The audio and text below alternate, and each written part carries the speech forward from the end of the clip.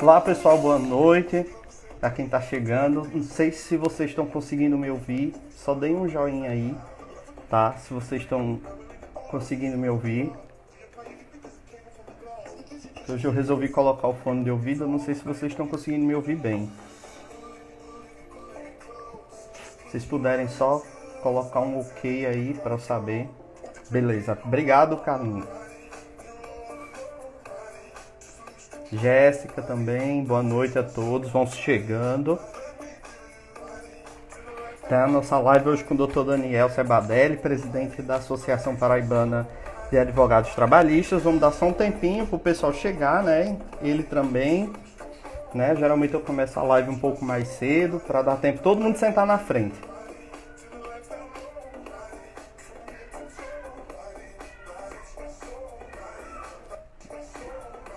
Né? Vamos chegando. Camila.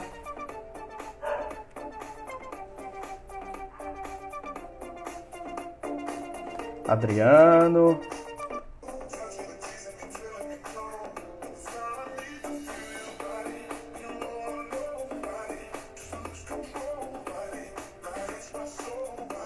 Pessoal, boa noite que está chegando agora.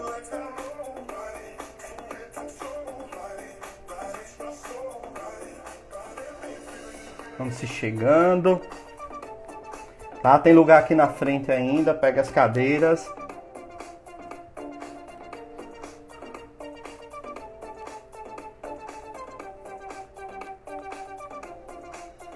Elton.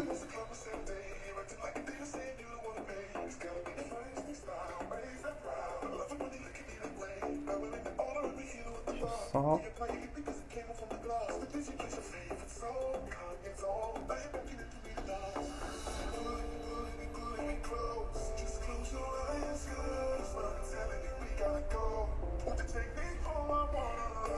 Tá, o Dr. Daniel já está aqui chamando. Deixa eu conectar aqui com ele. Coloca ele aqui na nossa live.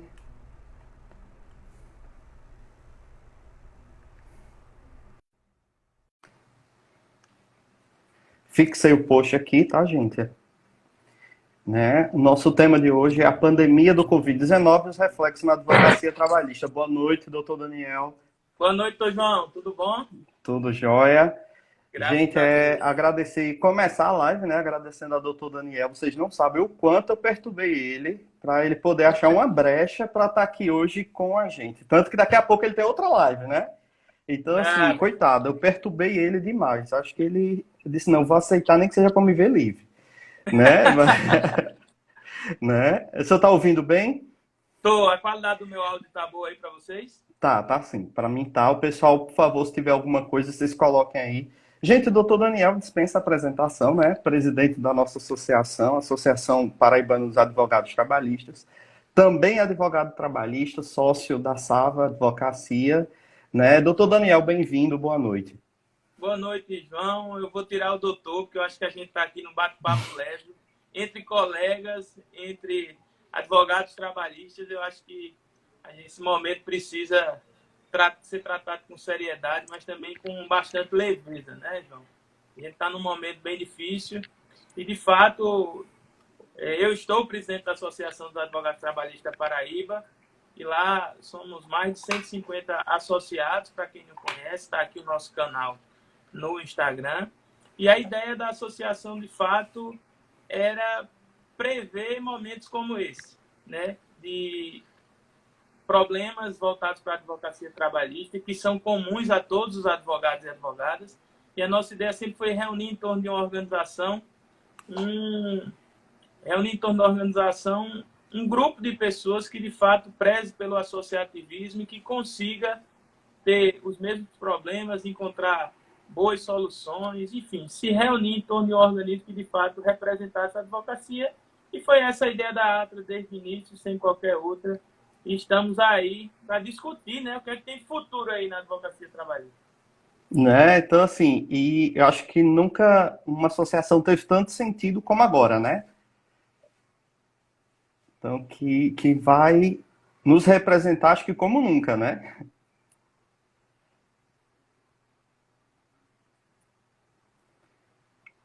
Acho que, doutor Daniel? conexão hoje o dia inteiro aqui. Doutor Daniel, Tá me ouvindo?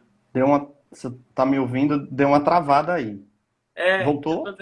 voltou. Para mim tá bom. Pronto. Eu Tô tava dizendo, acho que dizendo, nunca. Pois eu não, tô pode lutando falar. com minha conexão aqui desde cedo. Hoje só fiz videochamada, foi tudo horrível aqui.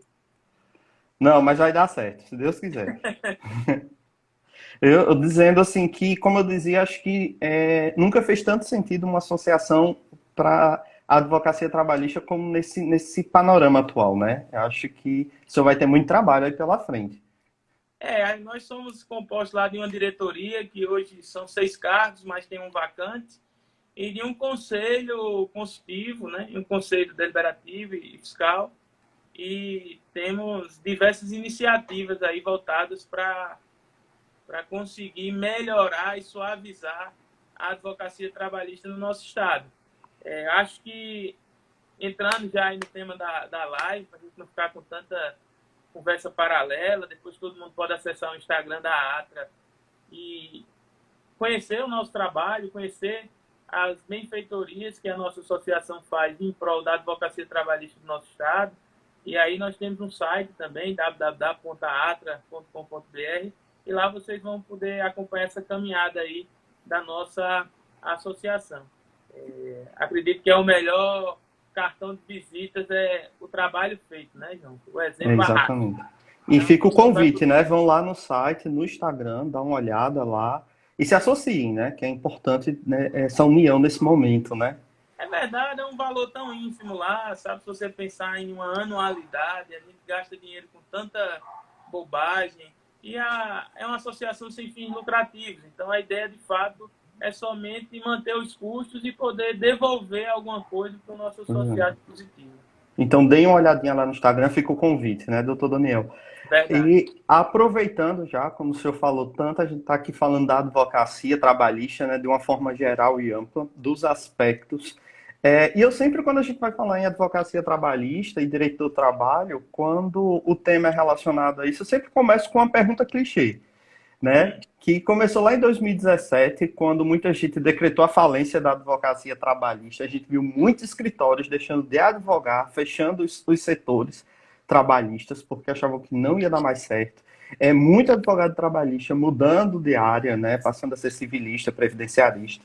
E agora, quando houve a medida provisória 905, disse que foi a pá de cal, né? Onde, inclusive, um dos seus artigos dizia que a gente poderia fazer acordo extrajudicial em cartório, né? De ofício.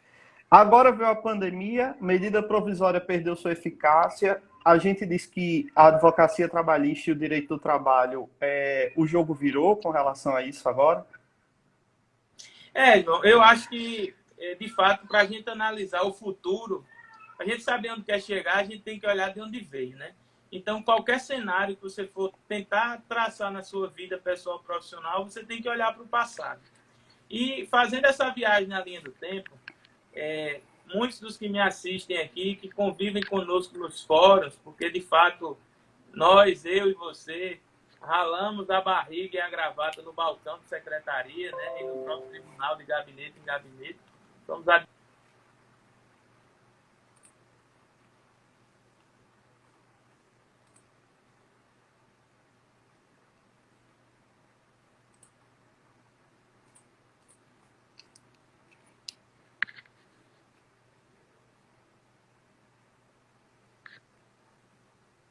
Me ouve, João?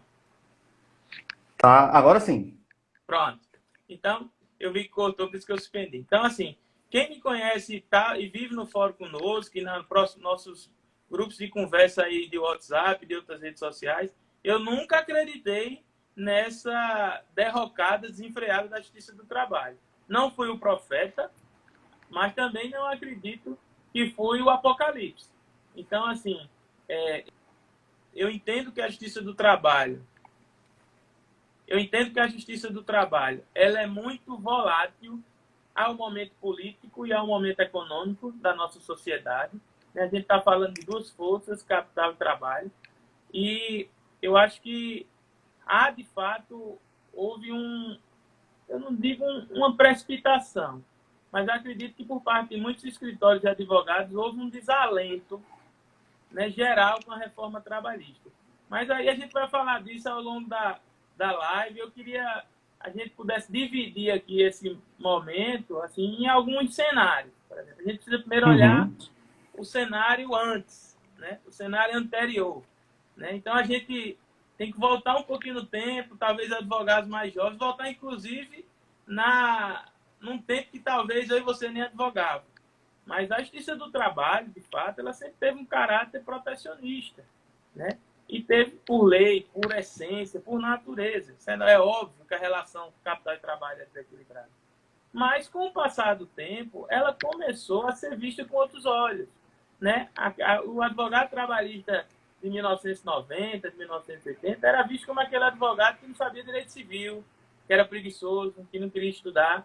E esse processo de afunilação e de maior complexidade da Justiça do Trabalho veio, eu acredito, na emenda 45, lá em 2004, né? 2003, 2004. Então, assim, lá na emenda 45, quando se ampliou a competência da Justiça do Trabalho, né, lá atrás, houve um boom da Justiça do Trabalho, né? Houve uma verdadeira aumento. Acho que não é nem a 45, João. Me corrija aí você. Não, acho que não foi a 45. Eu só não. A 45 foi a questão. Eu sei que foi na época que eu estava me formando, foi a questão daqueles velhos 5 anos, né? Para fazer concurso, tudo, mas que foi 2003, 2004, eu acho. Eu acho que é a 41, eu não sei. Foi a 41. Foi a 41. Fui traído pela minha memória. Mas, de fato, lá na emenda 41, houve uma ampliação da competência da Justiça do Trabalho. Né? Trouxe de volta os acidentes de trabalho, né? Que antigamente não era competência da Justiça do Trabalho, né? E isso foi acompanhado por um movimento político-econômico, movimento político de um governo de esquerda. Não estou aqui fazendo análise nenhuma sobre quem está certo ou quem está errado dentro do cenário político, só fazendo um relato histórico. E isso foi acompanhado por um momento econômico pujante, né? Naqueles dois mandatos do governo Lula. Você viu Pernambuco, nosso estado vizinho aqui, ampliar sua rede industrial e de comércio de forma exponencial, assim como outros tantos estados. Então, houve um crescimento no país, né? Independente de discussões paralelas, houve um crescimento. E esse crescimento, empresas e empregos existem, mas ações trabalhistas também existem. Então, houve esses dois caminhos. E aí, as empresas também começaram a se organizar, né, João? Começaram a ver que a pancada era grande. Ela não se organizava.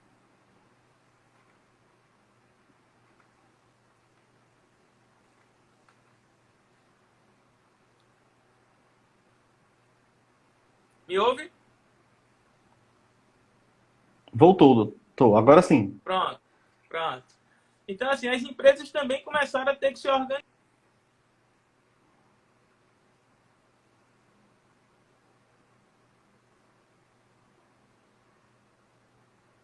O Ministério Público do Trabalho interligado com a Receita Federal e o extinto Ministério do Trabalho, a coisa tomou uma proporção gigante, né?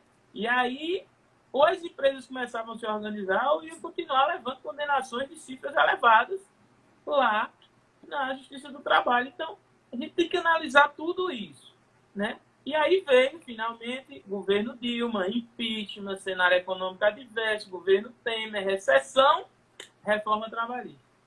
A reforma trabalhista já foi como se fosse uma descarga, né, João, daquela linha política mais aliada à figura do empregador, que não aguentava mais tanta pancada, embora tivesse certa, né? Então, a gente viu todo esse pano de fundo, né? Então, a volatilidade da economia, a volatilidade política interfere diretamente na Justiça do Trabalho. Então, para quem é advogado trabalhista, de fato, de verdade, de direito, de escola, como é você, e como são tantos outros, inclusive eu, a gente nunca desacreditou da Justiça do Trabalho. Porque nunca vai acabar o conflito, né? Eu costumava dizer que a reforma trabalhista ela fez com que os advogados estudassem mais, se aperfeiçoassem mais. Porque, um exemplo, deixou de ter pedidos de A a Z e quem advoga para a empresa vai entender o que eu estou falando, que coisas que não tinha, assim, era aquela, às vezes era uma petição padrão, e passou a tomar cuidado com isso pela sucumbência, pelas custas, perícias desnecessárias. Então, eu acho que você Pode terminou corrigir as distorções, né? e você terminou como advogado estudando mais para você, inclusive quando seu cliente, seja empresa ou pessoa física, tivesse direito, você achar brechas dentro da própria reforma para que você alcançasse o direito dele. A celeridade, né, lá na Justiça do Trabalho, ser uma justiça mais enxuta, fez com que ela virasse um atrativo muito grande para aqueles advogados que pegavam demandas de baixa complexidade, né, que a gente sabe que tem demandas de alta complexidade lá na Justiça do Trabalho, mas que pegavam aquelas demandas de baixa complexidade a fim de fazer o que a gente chama de advocacia de esteira, de volume, né? Então ele pegava ali, fazia rescisões e era um dinheiro rápido. 30 dias estava marcada a audiência, né? Ele já fazia um acordo, já se ele tivesse 30 processos, cada um com honorário de R$ 1.000, ele já fazia 30 mil no mês. Então havia, eu não gosto desse Rápido. termo que se fala de indústria, porque a indústria da nossa profissão é motivada por uma indústria de conflitos das pessoas que não sabem se autorregular. Então, mas havia uma demanda para a advocacia muito grande. E com a reforma, essa demanda foi sendo acabada pelos motivos que todo mundo já estudou e não adianta estar aqui na live. Então, assim, eu acho que todo esse cenário contribuiu para o crescimento e depois começou a queda da Justiça do Trabalho. Então, como você falou, eu tenho amigos que ele dizia que eu era louco. Você é louco, você de trabalho não presta. Você vai ficar aí, vamos morrer tudo pobre, vamos fazer outra coisa. E eu acho que do mesmo jeito que a reforma afastou o mal reclamante, a reforma também afastou o advogado ocasional trabalhista, né? Vamos chamar assim. Aquele que aparecia para não perder o cliente e terminava pegando a causa, né? É aquele que figurava, que passeava ali por todas as áreas, sem muita especialidade, e que era ruim. Eu sempre tive uma advocacia mais empresarial na minha linha de atuação, desde estagiário, enfim, desde que comecei a atuar 12 anos atrás, 13, mas, de fato, eu já vi muito direito bom lá atrás sendo posto a perder por uma má petição, por uma inabilidade, por não conhecer o rito processual, por uma série de De fatores fatores. desses advogados ocasionalmente trabalhistas. Então, assim, eu acho que a especialidade, já entrando no tema, é o futuro da advocacia, né? Cada vez mais vai ter um funil, assim como acontece em outras profissões, e com a gente não ia ser diferente, né? Então, eu acho que esse cenário anterior é muito importante para a gente poder entender aonde a gente chegou hoje, né? Quem é a Justiça do Trabalho e o advogado trabalhista. Doutor Daniel, e o senhor também, além de presidente da associação, o senhor também tem o seu escritório, o senhor é sócio do escritório, né? O senhor comanda uma equipe. E eu conversando até na live que a gente fez com o doutor Ricardo Francisquini, a gente falava que em períodos de isolamento vieram grandes invenções do mundo, né? Se descobriu a gravidade, Vitor Hugo escreveu Os Miseráveis, e há um ditado que a gente nunca, acho que nunca se ouviu falar tanto, né? Que a necessidade é a mãe da invenção, né? Então, você acha que agora, nesse ritmo de pandemia, com advogados trabalhando em casa, com a Justiça do Trabalho, com audiências, que a gente também vai falar nisso, virtuais, existe essa necessidade de reinvenção? É o momento? É o momento. Eu acho que todas as relações privadas, em geral, seja qual for o setor ou a prática, comércio, indústria, prestação de serviço, é óbvio que tudo isso vai ser impactado diretamente por essa pandemia. Eu brinco com todo mundo lá no escritório que a virtualização dos nossos serviços, isso é enquanto projeto de modelo de negócio da nossa sociedade. Que a gente pensou, para 5 anos para frente, tem que ser feito para amanhã. Então, assim, a gente está aprendendo, desaprendendo e reaprendendo, né? Estamos nesse processo de construção. E antes de entrar na trabalhista mesmo, eu advogo em outras áreas e presto assessoria empresarial, eu acho que o futuro da advocacia, de fato, é um futuro, eu acredito, promissor. Eu não acredito, eu acho que a gente vai voltar um pouco, João, lá para trás com a advocacia mais artesanal. A gente vai acabar um pouco mais com essas demandas de massa, eu acho que é uma tendência, né? Aquele advogado que tinha uma fraca produção intelectual e técnica, esse advogado vai ser excluído do mercado. O Ctrl+C, Ctrl+V, né? Fez uma, fez todas. É a lei da seleção natural. Vai ficar quem é bom, vai ficar quem de fato consegue gerar conteúdo técnico, impactar positivamente no problema do cliente. Né? No consumidor, a gente tem aí a plataforma consumidor.gov. Daqui a pouco, que você resolve 70% das disputas abertas. Então, isso diminui o deságua de processo no juizado e, consequentemente, retém mercado. No trabalhista, vai ser do mesmo jeito. Né? A gente já tem plataformas digitais de solução de conflitos, né? Como a MOL, como tantas outras. Então, assim, por que não? O próprio instrumento da homologação de acordo extrajudicial, que eu vou falar um pouco mais na frente também sobre isso, já é uma forma de diminuir essas ações e essa litigiosidade que outrora nós vivemos. Então, assim, é complicado a gente, de fato, dizer que a advocacia vai permanecer a mesma, né? A mesma, não tem como. E a tecnologia, assim como em toda qualquer atividade econômica do nosso país, vai ser a grande mola propulsora disso tudo. Então, dentro da legalidade, né, dentro do código de ética, reinvente-se, né? Pois é, João. Assim, eu acho que e era o segundo ponto que eu assim, pensei na minha cabeça, nossa abordagem, a gente tem que também pensar no próprio cenário do direito do trabalho. Né? O cenário das relações de trabalho vão mudar. Então, você hoje pode contar as regras de direito do trabalho internacional, você já pensou como vai ficar? Você hoje pode estar aqui contratando um americano para estar fazendo a automação dos processos do seu escritório, da sua empresa, do que for, como fica essa relação trabalhista. Né? Esse fenômeno chamado uberização, como é que fica? Né? A enxurrada de contratos intermitentes que nós estamos vivendo, uma realidade latente que vai interferir na nossa atividade, seja interna corpus, seja enquanto mercado de trabalho, o home office, o teletrabalho. Né? Então, assim, a gente analisa lá o que tinha, lá para trás, né? A gente vê uma série de novas relações trabalhistas surgindo, que vão gerar novos conflitos, que nós ainda não sabemos quais vão ser, mas que vão ocorrer. Né? Eu vou dar um exemplo. Né? Em um hospital no Rio Grande do Sul, e o TRT4 lá intermediou essa negociação, que precisava proteger os médicos acima de 60 anos por estarem em grupo de risco. Sendo que 70% do setor médico de obstetrícia do hospital era de médicos acima de 60 anos.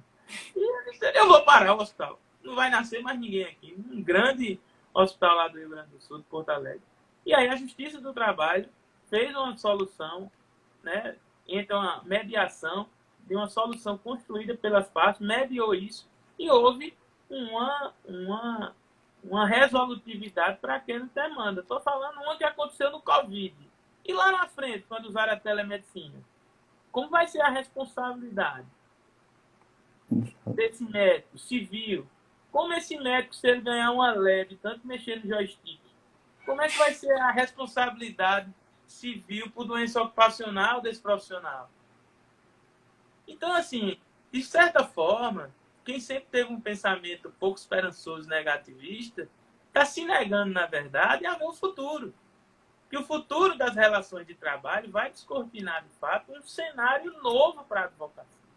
E, de fato, só vai ter paciência de quem gostar mesmo da justiça do trabalho, como somos nós. E o senhor falou, assim, na questão da gente trazendo, né, a advocacia, o senhor falou uma coisa muito interessante, gostar do que faz e o novo panorama que vai exigir que os advogados se aperfeiçoem, que estudem. E a gente vê que o senhor, dentro da sua área, né, como o senhor disse, o senhor presta consultoria empresarial na área de direito empresarial e trabalhista, e acho que o senhor nunca, dentro dessa área, teve que tomar decisões tão rápidas e acertadas. Né? É uma coisa de noite para amanhã. Como é que o senhor aplica isso dentro do direito, da advocacia de uma forma geral e do direito do trabalho? Como é que pode ser aplicado esse cuidado dessas É, eu, a- decisões? eu acho que, de fato, a Justiça do Trabalho, é unânime, os advogados trabalhistas nos assistindo, reassumir um protagonismo que sempre foi caro, né? Eu escrevi alguns artigos que foram publicados no Migalhas, uns falando sobre a revalorização do trabalho como vetor de dignificação social, né? Escrevi outro sobre a extinção da Justiça do Trabalho e o Covid. Já pensou se não tivesse a Justiça do Trabalho agora? A loucura que não ia ser, né? Então, assim, de fato, a Justiça do Trabalho retomou o protagonismo, como eu disse, é dentro daquela volatilidade do momento, né? Então, se hoje eu acredito que foi a justiça mais demandada, né? Não a justiça, mas a área do direito mais demandada em meio a essa pandemia, né? Não há solução de gaveta para muita coisa. Hoje eu passei 3 horas reunido com minha equipe para responder, com um membro de minha equipe, Matheus, para responder 3 perguntas ao cliente. Vou dar um exemplo simples. Na MP, contrato de trabalho suspenso ou com redução de jornada. Se a empregada entrar em trabalho de parto, com contrato de trabalho suspenso, como é que fica? E a licença paternidade, que é de 5 dias, eu suspendo, volto, ele retorna depois de 5 dias. E o valor que ele recebeu a mais? Tem que parar para pensar, né? Então, assim, exato, era onde eu queria chegar. Não há mais aquela solução que você puxa o código Vademécum, vai lá e diz, não, isso aqui está aqui. Então, o direito, cada vez mais, vai voltar à sua essência de ser a arte de pensar, a arte de construir soluções lógicas que ajudem as pessoas a resolver problemas. Então, não há mais solução de gaveta. O advogado trabalhista, cada vez mais, seja ele empresarial ou não, ele vai ter que ter uma série de outras competências para poder lidar com uma determinada ação. Como é que um advogado vai fazer, naquele exemplo que nós demos aqui, uma ação de doença ocupacional por conta de telemedicina, se ele não entender como o robô funciona? Então ele vai ter que saber de tecnologia de alguma forma, pelo menos para aquele caso.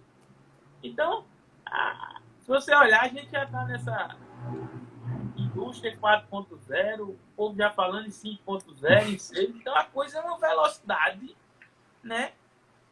E se você olhar, o mundo vem assim faz tempo, não é agora também que, né? O Que tempo todo acontece. chega uma nova era, né? Ou uma Acho era que faltava a gente acordar para a situação. Acho que é como minha mãe sempre diz, é na dor ou no amor. Não pode ser no amor, veio na dor, minha mãe diz a mesma coisa.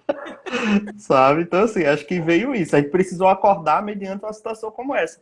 E eu só falando aí da justiça, acho que o senhor está aí mais por dentro do que eu, assim, o número considerável, né, de demissões utilizando o critério da força maior, a hipótese da força maior, em algumas regiões do país, inclusive o do fato príncipe, né, que ainda é muito polêmico, porque não se sabe se a Justiça do Trabalho vai aceitar, porque é uma teoria que na prática a gente nunca viu, nos livros não existem exemplos Tem doutrina. concretos, né? Tem na doutrina, mas a gente, tirando a desapropriação, a gente nunca ouviu falar. É. Né? E outro ponto que começou a chegar rescisões indiretas. Eu li que as empresas começaram a receber notificações de rescisão indireta por o fato de suspender o contrato e pedir que o funcionário participasse de uma reunião, que o funcionário fizesse algum tipo de trabalho. Isso me preocupou, não sei, com relação à justiça do trabalho. E um fato que me preocupou também, teve o lado bom e o ruim, foi a questão da suspensão do artigo 29 da medida provisória 927, que considera agora o Covid como doença ocupacional. Como é que o senhor vê essa análise geral na justiça? A justiça está preparada para isso? A gente tem que primeiro olhar o excesso de judicialização nesse país, né? Se você tiver um pouco mais de cuidado, essa é a minha visão. Naquele artigo 29 que foi suspenso, ele não dizia nada demais. Salvo engano, é o 20 ou é o 21 da 8.213, já fala que doenças fruto de contágio, de pandemia, não se classifica como doença ocupacional. Então, assim, eu tentei assistir, perdão, o julgamento lá, começando de trás para frente aí. dessa questão do corona como doença ocupacional. Não consegui.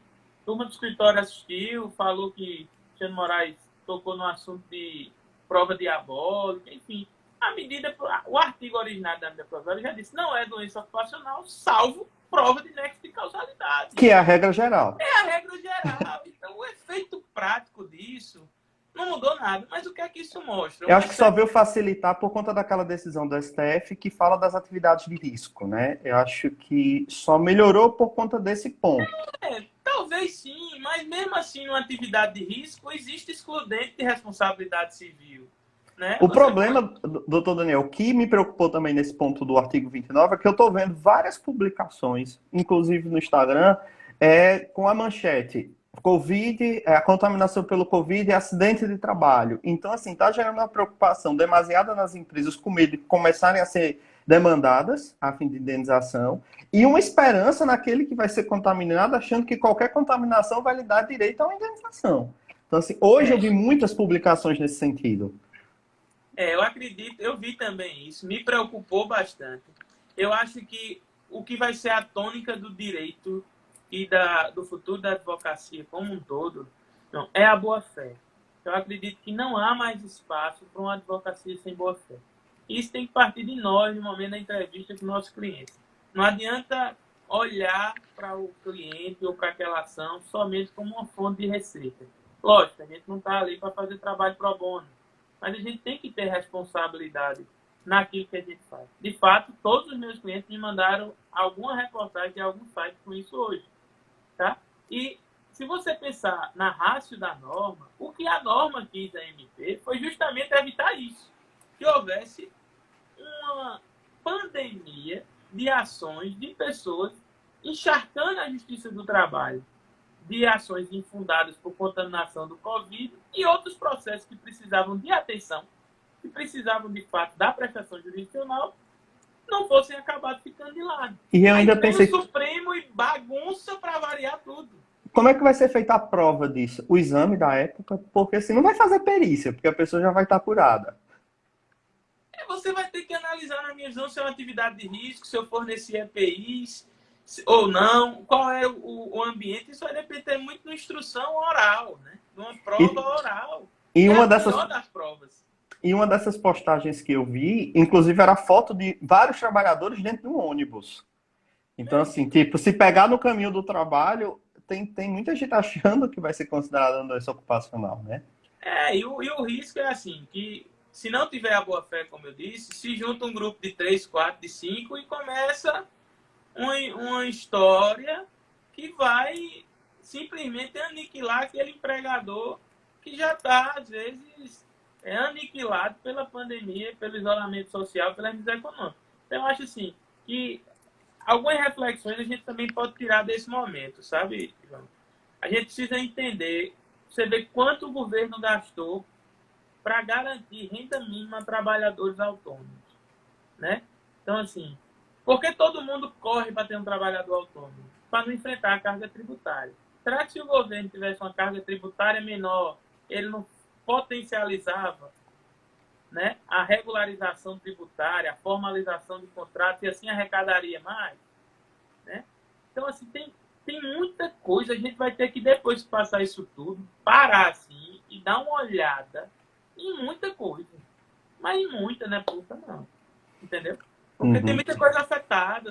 E assim, o mundo do trabalho, por envolver família, envolver assim, as coisas que nos são mais caras, o trabalho, tem gente que está em casa sem saber o que fazer, entrando em depressão, porque não tem trabalho. Né? Então, assim, a gente precisa fazer um overview, um panorama geral sobre isso tudo quando passar, de forma a enxergar não só o futuro da advocacia trabalho, mas o futuro das relações de trabalho.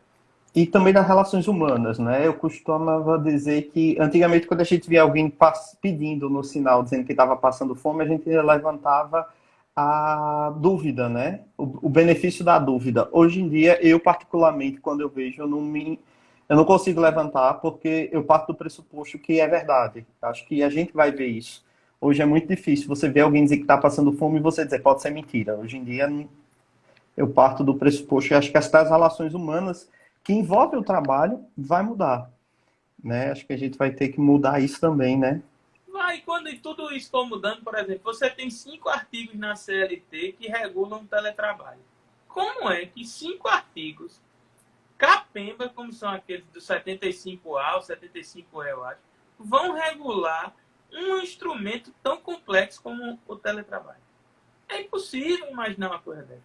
Então, o nosso legislativo vai ter que dar, assim, andar, e a gente sabe que é difícil pela ineficiência e incapacidade dele, mas vai ter que andar assim, a passos de usar envolto para poder acompanhar os reflexos que a vida em sociedade vai gerar na legislação. Porque não E agora, tem regulação.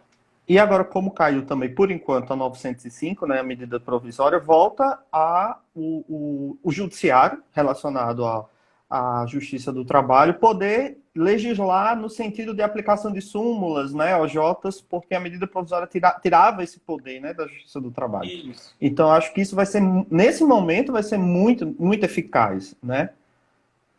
Verdade. Embora seja um advogado empresarial, eu sou pai de 3 filhos que no futuro podem ser empregados de alguém. Então, a gente tem que pensar no direito do trabalho sempre com essa visão altruística. Não só no nosso umbigo ou naquilo que nos dói de forma casuística. Ah, não, eu sou advogado de empresa, então eu sou a favor. Eu sou advogado de reclamante, então eu sou contra. Uma coisa é a posição dentro de processo. Outra coisa é a gente disseminar uma cultura daquilo que é bom, que é ruim. A MP 905 não era uma legislação boa para o nosso país. Não era. Da forma como ela estava, não era. Tinha muita coisa boa lá dentro, questão de prêmios, tinha muita coisa boa lá. Mas tinha um monte de atrocidade ali. E não dá para a gente querer equiparar o direito de trabalho ao direito civil. Não dá.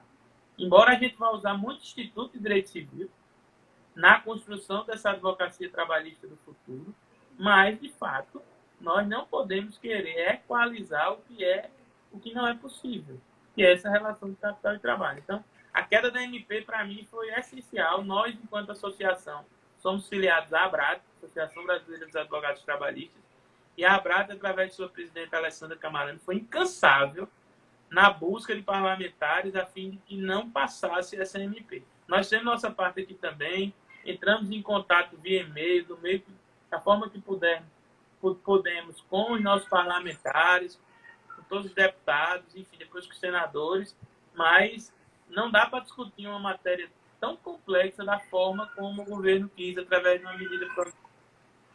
E, doutor Daniel, o senhor falou bem a questão de pensar no próximo como uma forma geral, e muitos advogados, e principalmente aqueles que estão iniciando a carreira na advocacia, hoje voltou a correr os prazos, né?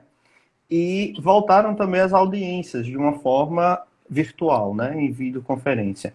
A preocupação de alguns era como fazer essa audiência. Eu fui dar uma pesquisada, parece que se abre um link para o advogado, para o juiz e para o autor e o preposto, se não estiverem. Como é que o senhor vê isso para aqueles que estão iniciando, que não tem seu próprio escritório, trazer o cliente para casa, digamos, tem muito advogado que já advogava em casa, né, porque não era início de carreira. Não, mas abre um link para o cliente de casa. Se o cliente não tiver uma internet boa, se ele não tiver segurança, porque o senhor sabe, se o senhor já advogou para pessoa física, o cliente quer o advogado perto. Como é que o senhor vê essa tecnologia? Pode prejudicar? Como é que o senhor está analisando isso? A gente também, em nível associativo nacional, é uma preocupação da advocacia trabalhista do Brasil inteiro. Hoje, no nosso escritório, fizemos uma primeira audiência virtual no Juizado Especial Civil de Santa Rita. Nós patrocinamos uma empresa e o doutor Igor, que está até aqui na live, conseguiu fazer a audiência. E eu disse a ele, a primeira coisa, por favor, a gente combinou de todas as audiências do escritório. A primeira coisa que a gente vai fazer um requerimento de consteado dizendo que está sendo obrigado, naquele caso ali do juizado, assim, a tentar ajudar a prestação judicial, mas pedindo desde já que caso caia a conexão ou que haja qualquer tipo de interrupção na audiência por conta de dados, né, de tráfego de dados, que a gente não trabalha. Eu não trabalho na Oi, eu não trabalho na Claro, nem na Vivo, para poder assegurar, que é que os tribunais querem, que a nossa conexão seja perfeita. Então, Eu vi a live de Paulo com o desembargador Leonardo, nosso presidente da OAB, a imagem do doutor Leonardo estava horrível. Era o final da conexão. Imagine, João, você no meio de uma audiência inaugural trabalhista, fazendo um requerimento, e a conexão simplesmente cai.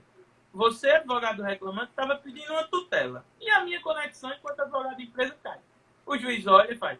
É responsabilidade do advogado ter a sua conexão, defira a tutela. Como eu explico para o meu cliente que eu não me fiz presente, não me manifestei em ato? Se o cliente não consegue conectar, ser arquivado. Como eu explico para um dono da empresa que o preposto estava lá e a minha caiu? Então, assim, tem uma série de situações. Igor, hoje, como eu estava dizendo, fez uma audiência, constou esse requerimento, pedindo a suspensão imediata caso a conexão caísse, porque a gente quer avançar um pouco. Era assim, está falando de juizado especial, baixa complexidade, processo de demanda do consumidor, tomada de termo, um mundo totalmente diferente do mundo do trabalho. Mas é algo complicado, né? É algo muito complicado. Então, a advocacia trabalhista, em geral, não aceita a audiência de instrução telepresencial. Acho muito difícil falar por alguém que queira. Tá? Na nossa associação já fizemos várias discussões, é unânime a inviabilidade pela não contaminação da prova, por tudo. Entendeu? É porque então, minha preocupação, quando eu conversei com o pessoal que estava iniciando, era o que é que eu vou fazer com o cliente? Vou trazer para minha casa? Né? Porque o cliente não vai se sentir seguro em fazer audiência, principalmente quando é o reclamante da casa dele sem o advogado, né? Por mais que seja audiência de conciliação, né? A inaugural, né? Aí é que está, a inaugural ela não é uma audiência de conciliação. Ela inicia um procedimento. Então, eu, particularmente, não vou me submeter a audiências inaugurais, únicas ou de instrução. Não me sinta à vontade, enquanto profissional, para desenvolver o mistério de advogado dessa forma. Né? Então, assim, a gente tem que... Agora, fazer uma conciliação em audiência telepresencial, eu acho que vai ser uma realidade. Vai ser uma realidade. Mas é porque já está acordado, né? Já tem toda uma situação pré-definida, né? Você apresenta uma petição nos autos, o juiz faz só uma confirmação via teleconferência, está tudo ok? Beleza? Razões finais. Para que eu sair daqui, às vezes as empresas nos pedem para ir para a audiência de razão final. Para que eu ir para a audiência de razão final? Né, de razões finais. Não tem sentido, dá para fazer por teleconferência. Agora, colheita de prova, tomada de depoimento. E aí eu conversando com um amigo juiz de outro estado, né, do TRT 21, e ele dizendo, mas você bota o advogado, pega o cliente e leva para o escritório. E aí eu devolvi com uma pergunta a ele, que eu devolvo a toda a magistratura, quem conversar comigo. Por que a vida do juiz vale mais que a minha? Por que ele fica em casa, inviolável, no conforto do lar, sem ter que falar com ninguém? E eu, que sou advogado, vou ter que botar o cliente no escritório. Porque a minha vida... Ou na sua casa, né? Ou na sua minha família. Casa. Porque a minha vida vale menos que a dos outros. Então não existe razão alguma para isso. Você às vezes não consegue fazer uma videochamada com um cliente seu. Paulo, que é nosso tesoureiro, estava falando hoje, que não consegue fazer uma videochamada para tirar uma dúvida com o cliente. Me explica aí o seu caso. Ele brincando, né? É gente correndo, o cliente reclamando, menino chorando, a conexão ruim, a mulher grita com ele. Imagine isso numa audiência. Não tem como, João, não tem como. Infelizmente, a gente vai ter, eu acho que estão querendo acelerar o processo de virtualização de atos. Acho que a justiça, a prestação jurisdicional continuar é válida. Assim, não quero externar aqui minha posição pessoal, porque estou falando enquanto presidente da associação e temos dentro do grupo pessoas e advogados que apoiam o retorno dos prazos e outros que são contra. E eu sou a voz aqui de todos eles. Né? A gente não fez uma apuração para tomar uma decisão de maioria, mas o fato é que é complicado. E os tribunais estão querendo meio que forçar a barra para isso. Então, eu acho que a gente tem que ter muita cautela com esses atos telepresenciais. Tem até, acho que o doutor Írio está perguntando se não poderia preparar uma sala na Atra. Eu acho meio complicado, porque começar a chocar os horários das audiências, né? Como é que vai... Eu vi que a OAB vai disponibilizar um espaço. A gente pensou nisso, Írio, sim. Eu não me lembro agora, me falha a memória. Eu estou falando com tanta gente que alguém comentou comigo sobre a gente disponibilizar, não sei se foi Marcelo, um dos nossos associados. E aí, assim, eu tenho que ver, porque tem uma funcionária lá que tem pessoas com grupo de risco na casa dela. Então, é uma série de outras nuances, tá entendendo, João? Que a gente tem que... Acho que foi Marcel Zenael, foi ele. Foi É, Marcel, então.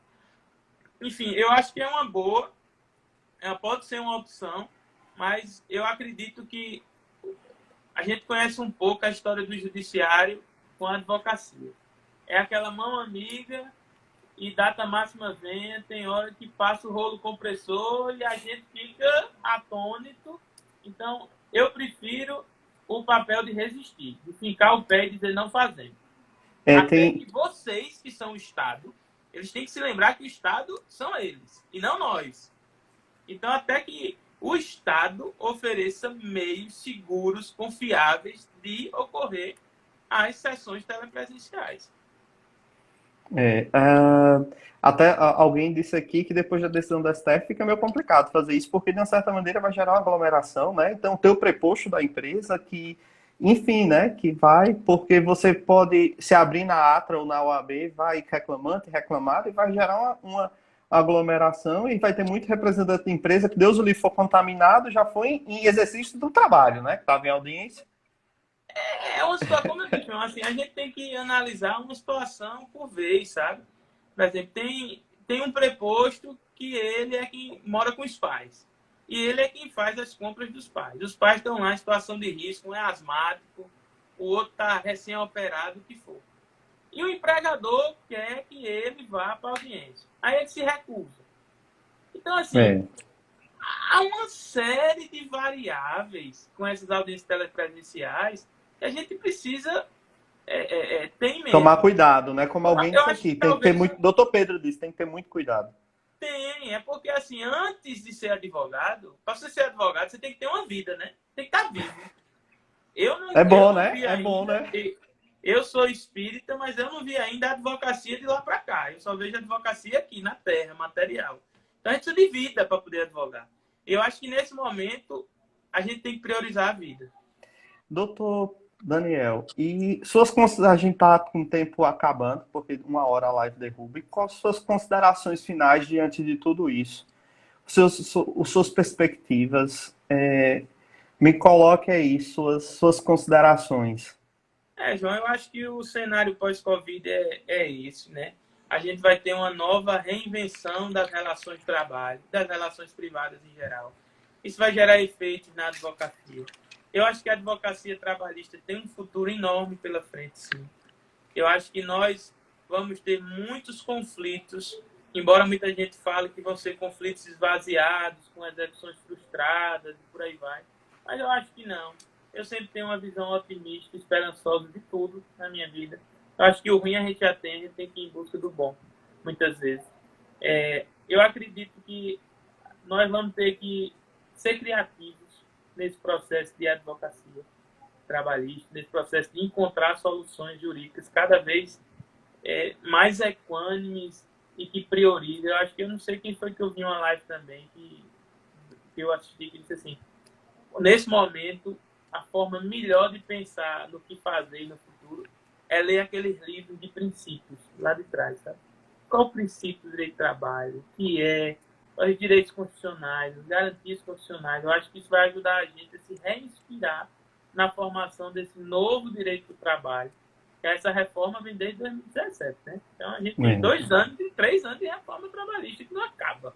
E com MP e com tudo. Enfim, eu sou otimista. Eu acho que para advogado de reclamada, a gente vai ter um mercado bom de assessoria jurídica. Eu acho que esse Covid mostrou para quem advogava para reclamada o quanto o papel do advogado é importante no assessoramento, numa gestão de crise, numa tomada de decisão. Os advogados de reclamante é a mesma coisa. Cada vez mais eles vão ter que ser mais técnicos, mais especializados. Né? Eu acho que a advocacia trabalhista tem futuro, sim, um futuro próspero, desde que nós nos especializemos, nós busquemos, né, saídas inteligentes, que a gente se valha também do direito contratual, né? A advocacia trabalhista e o direito de trabalho, às vezes é pouco escrito, né? Tá aí Írio Nóbrega que está aí, e eu acho que Írio fez mais de 100 instrumentos contratuais para as empresas que ele trabalha, e compartilhou quase todos conosco, nós fizemos outra dezena. Então, assim, a gente vai precisar encarar a advocacia trabalhista de forma bem mais técnica e não com um oba-oba que já houve lá atrás, sabe? Não. E, assim, e para os advogados em si, aí acho que chegou a hora de se profissionalizar, sabe? Não cabe aí dizendo aí 155 instrumentos eles fizeram. E atualizando, né? Então, assim, eu acho que a gente vai ter que se profissionalizar, né? Aquele advogado que antes guardava o dinheiro no colchão, agora não sabe o que fazer. Aquele porque ele não tem acesso a crédito para poder pegar um capital de giro e manter seu escritório, né? Ele não tinha um bom equipamento tecnológico, uma ferramenta de trabalho, vai ter que adquirir. Então, assim, eu acho que ele estava recolhendo, às vezes, em cima de 27,5% do imposto de renda enquanto pessoa física, quando podia estar lá no 5%, recolhendo pouco. Então, 4,5%, que é a alíquota inicial. Então, tem muita coisa que tem que a gente se auto-observar e ver o que pode melhorar na nossa profissão. Então, acredito que tendências vão surgir de virtualização, né, de advocacia, de atendimento a cliente à distância, de fechar contrato de procuração tudo online, o cliente assinando de casa. Então, assim, é uma reinvenção de fato. Mas acho que o Covid, embora tenha trazido efeitos muito ruins à sociedade, muito ruins à nossa vida, ressignificou muita coisa, né? Como você disse, relações pessoais, relações de trabalho e as relações do direito do trabalho, né? Ganhamos, como eu disse, aquele protagonismo que estava esquecido.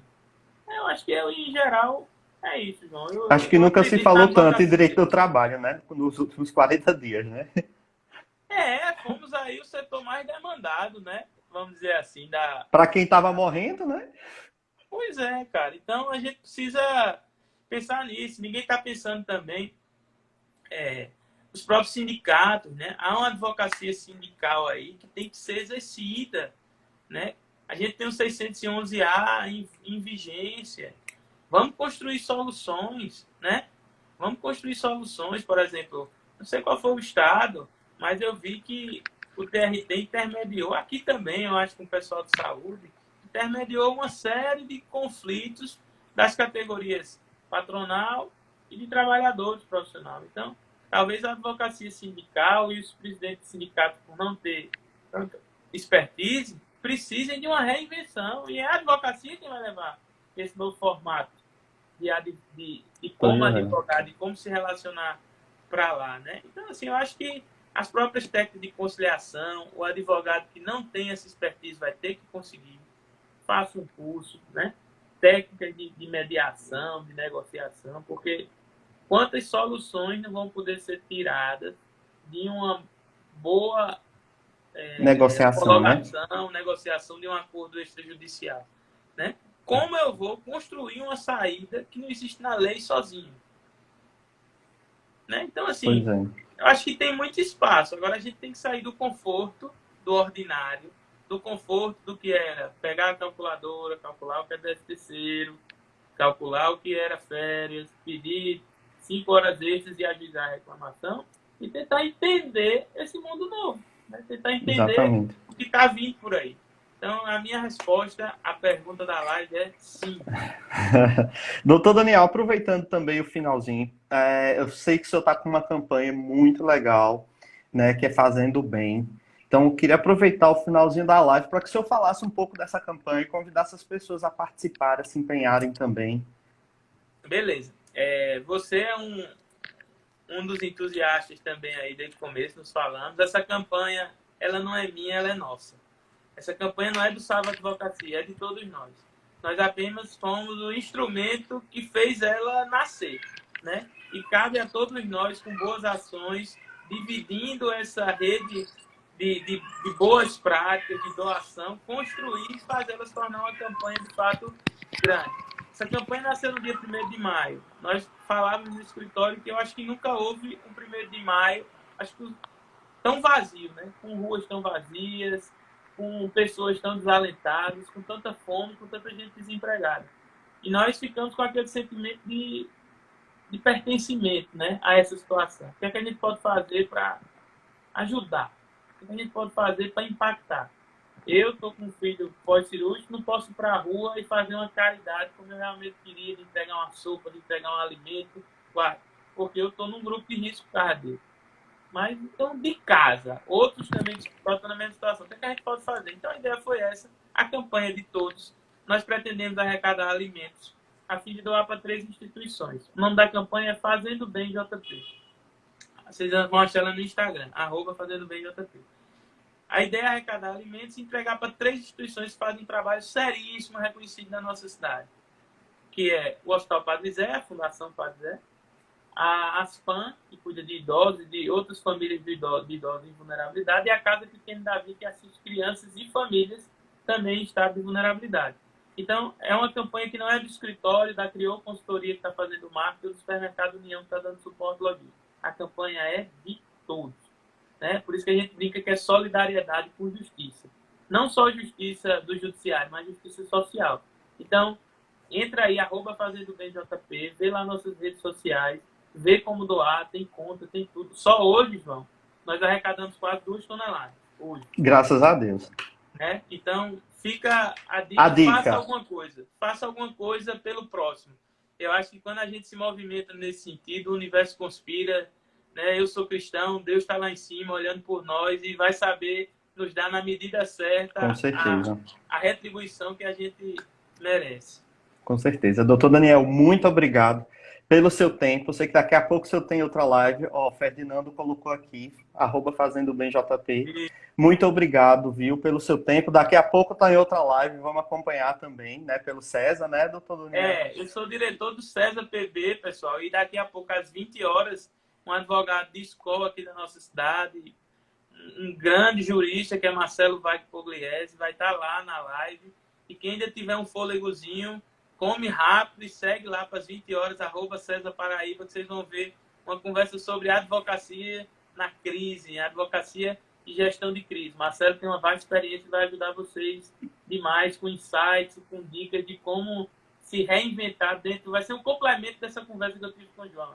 E é isso que eu vou fazer. Vou jantar e daqui a pouco a gente está de volta aí para acompanhar essa live. Doutor Daniel, muito obrigado. Obrigado a todos que participaram da nossa live, contribuíram com as perguntas. E até a semana que vem eu digo ao senhor, vou lhe perturbar mais, e o senhor vai voltar. Obrigado, João. É sempre um prazer falar com todo mundo. E quanto mais informação boa, responsável, nós pudermos levar através do seu canal, que é um canal sério, que você está aí se disponibilizando a levar boa informação para a advocacia trabalhista, não só na Paraíba, mas no Brasil inteiro. A ATRA vai estar sempre junto de você e convido novamente todo mundo a se associar. Muito obrigado, doutor Daniel. Tchau, gente. Até segunda-feira. Até mais. Tchau.